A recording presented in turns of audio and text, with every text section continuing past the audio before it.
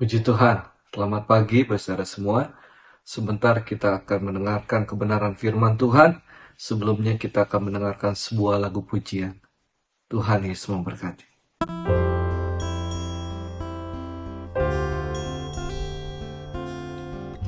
Haleluya, puji Tuhan. Kuasanya hebat bagi setiap kita orang yang percaya kepada Tuhan. Amin.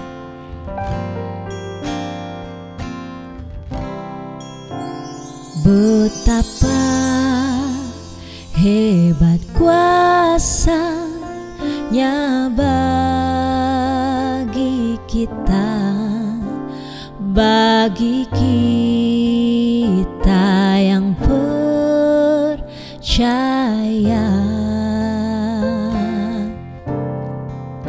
Sesuai dengan kekuatan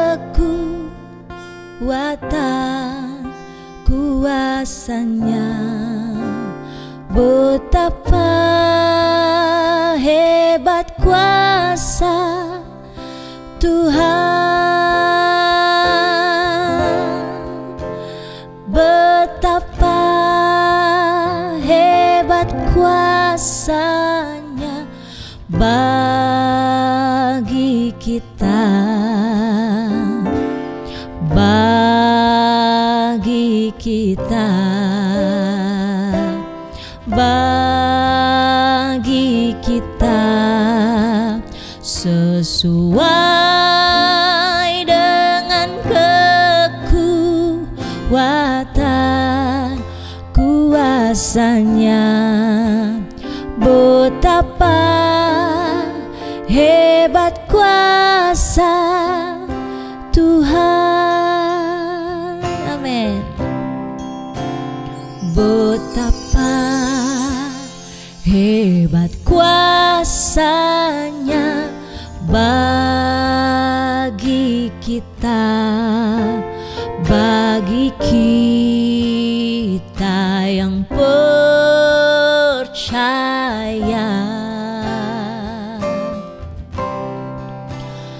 Sesuai dengan kekuatan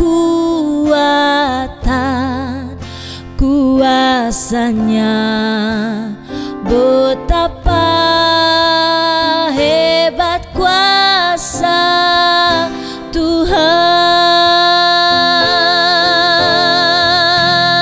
betapa hebat kuasanya bagi kita, bagi kita, bagi kita, sesuai dengan kekuatan kuasanya, betapa hebat kuasa Tuhan. Amin. Betapa hebat kuasanya bagi kita, bagi kita, bagi kita, sesuai dengan kekuatan kuasanya, betapa hebat kuasa Tuhan, betapa hebat kuasa Tuhan, betapa hebat kuasa Tuhan.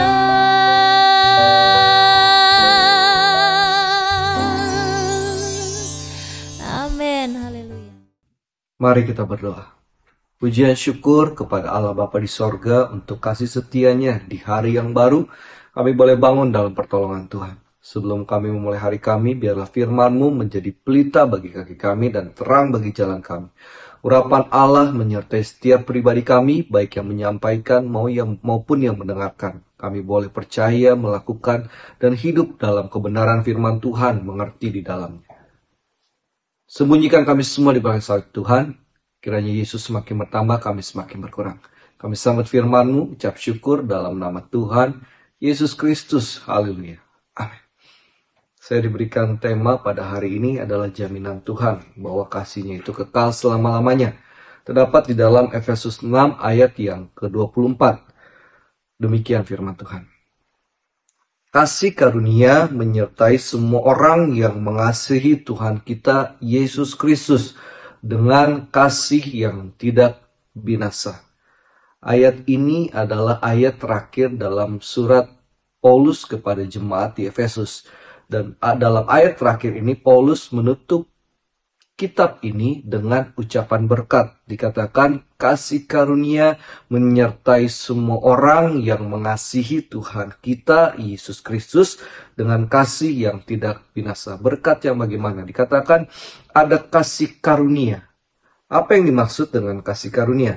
Kasih karunia adalah anugerah atau watak dermawan, satu tabiat yang murah hati terhadap seseorang.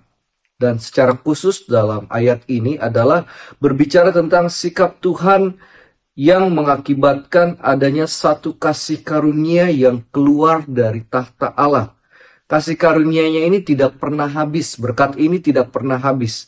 Dan bentuknya adalah bantuan, pertolongan, perhatian, bahkan niat yang baik dari Allah Bapa di sorga untuk semua orang.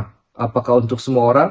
Tidak demikian. Tidak hanya semua orang, dikatakan ada syarat tertentu dalam menerima kasih karunia. Kalau saudara baca, kasih karunia berkat ini menyertai semua orang, yang mengasihi Tuhan kita Yesus Kristus. Jadi orang-orang yang menerima berkat ini dalam ayat ini dikatakan adalah jemaat Efesus. Orang-orang yang kudus yang ada di Efesus. Bukan seluruh kota Efesus, semua penduduk Efesus, tetapi orang-orang kudus, yaitu jemaat Efesus. Kalau pada zaman sekarang adalah orang-orang percaya.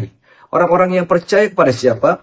Ayat ini dikatakan percaya dalam arti mengasihi Tuhan kita Yesus Kristus. Yang menerima berkat ini, pertolongan, bantuan, perhatian, kebaikan Tuhan, adalah orang-orang yang percaya dan mengakui bahwa Yesus adalah Tuhan dalam kehidupannya. Orang-orang yang terbangun pagi hari lalu mencari Tuhan terlebih dahulu. Orang-orang yang mendengar firman Tuhan, suka merenungkan Taurat itu, tidak hanya demikian, tetapi orang-orang yang suka melakukan kehendak daripada Tuhan. Memang kita belum sempurna, saudara. Banyak perkara yang terkadang antara keinginan kita dan kehendak Tuhan mana yang lebih dahulukan dan seringkali kita jatuh. Tetapi kita seperti Paulus berkata, aku mengejar untuk mencapai hal tersebut. Mengejar panggilan ilahi. Panggilan apa? Untuk hidup mengasihi Tuhan Yesus Kristus. Bagaimana cara mengasihi Tuhan Yesus Kristus? Kata mengasihi dipakai kata agape. Dan agape ini adalah menggambarkan cinta Tuhan yang diberikan secara cuma-cuma, tanpa syarat apapun. Dan cinta ini ditujukan tidak hanya kepada orang yang dicintainya, tetapi juga kepada musuh atau mereka yang tidak pantas mendapatkannya. Jadi, bagaimana cara kita mengasihi Tuhan? Caranya adalah dengan kita memiliki kasih agape. Kenapa kita harus memiliki kasih agape? 1 Yohanes 4 ayat 10 mengatakan, karena Tuhan lebih dahulu mengasihi kita dan Dia mati di kayu salib. Sehingga kita pun harus belajar hidup dengan mengasihi Tuhan dengan kasih agape. Yaitu kasih tanpa syarat, bahkan sebenarnya orang yang gak pantas, kalau dalam ukuran Allah kepada manusia yang tidak pantas untuk menerimanya, tetap dikasihinya. Tidak hanya demikian, kasih ini berbicara tentang pilihan, masalah kemauan dan tindakan. Bukan karena orang itu pantas, tetapi karena orang yang memiliki kasih itu memilih untuk mengasihi orang tersebut. Ini kata agape, kita belajar kata agape. Dan dalam kasih agape ini ada ketaatan tanpa ragu kepada perintah Tuhan. Apa perintah Tuhan? Jelas perintah Tuhan adalah untuk kita mengasihi Tuhan dan mengasihi sesama kita. Seperti kita mengasihi diri kita sendiri. Dan agape ini adalah kasih yang tidak bersyarat. Kasih yang luar biasa. Walaupun kasih ini diberikan, lalu orang yang menerima kasih ini ada yang menerima, puji Tuhan syukur. Kalaupun dia tidak terima, bahkan mungkin dilempar kepada orang yang memberi, tetap kasih agape itu mengalir dalam kehidupannya. Apakah mudah? Tidak. Tidak mudah. Mengasihi dengan kasih agape itu tidak mudah. Kita harus mati bagi diri kita sendiri dan mengizinkan Roh Allah untuk memimpin kita untuk dapat mengasihi orang lain. Sebentar, saudara. Ada satu pertanyaan nih, mari. Bagaimana tahu bahwa orang melihat kita mengasihi Tuhan Yesus Kristus? Jawabannya adalah, maka cinta kita kepada Tuhan, kita tunjukkan dengan cinta kita kepada orang lain. Dapatkah orang lain melihat kasih Anda kepada Yesus dari cara Anda mengasihi orang lain? Dan kasih agape ini berikutnya adalah dikatakan kasih yang tidak dapat binasa, kasih yang kekal, kasih yang tidak dapat rusak, kasih yang tidak ada habis-habisnya. Kasih itu bukan hanya di dunia, tetapi kasih agape ini sampai kepada sorga yang kekal. Puncaknya adalah sorga yang kekal. Cinta yang tidak dapat rusak ini adalah cinta yang dimiliki oleh orang-orang beriman sejati. Jadi Paulus sebenarnya sedang mengidentifikasi orang-orang yang akan menerima kasih karunia hanya sebagai orang-orang yang kasihnya tidak bersifat sementara dan benar. Dan sifat kasih ini kekal dan tulus. Kekal artinya sampai selama-lamanya. Tuhan Yesus memberkati saudara semua. Kiranya renungan pagi ini boleh menjadi berkat bagi saudara semua. Mari kita berdoa. Kami bersyukur Tuhan, karena Tuhan berkata ada anugerah untuk orang-orang yang mengasihi Tuhan.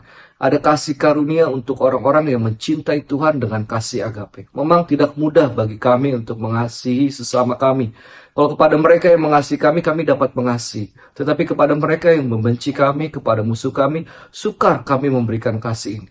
Tetapi Tuhan, firman-Mu mengatakan bahwa kami harus belajar mengasihi tanpa syarat, seperti Tuhan telah mengasihi kami. Sebab itu doa hamba-Mu, Tuhan tolong kami, di dalam nama Yesus biarlah jamahan Tuhan, lawatan Tuhan memulihkan hati kami, memulihkan kasih Allah dalam kehidupan kami, sehingga kami dapat mengasihi orang lain seperti Engkau mengasihi kami. Sehingga kami dapat berkata, kami mengasihi Tuhan dan kami melakukan firman-Mu. Dan kami boleh menikmati kasih karunia Allah, anugerah itu berlimpah dalam setiap pribadi kami. Terima kasih Tuhan, sepanjang hari ini, dalam apapun yang kami kerjakan, kalau itu dalam kehendak Tuhan, maka Tuhan buat berhasil dan diberkati Tuhan. Jadikan kami orang-orang kepercayaan Tuhan yang selalu mempermuliakan nama Tuhan. Kami bersyukur dan kami pelaskan dosa kami hanya di dalam nama Tuhan Yesus Kristus, Tuhan dan Juru Selamat kami. Haleluya. Amin. Tuhan Yesus memberkati saudara semua. Selamat beraktivitas.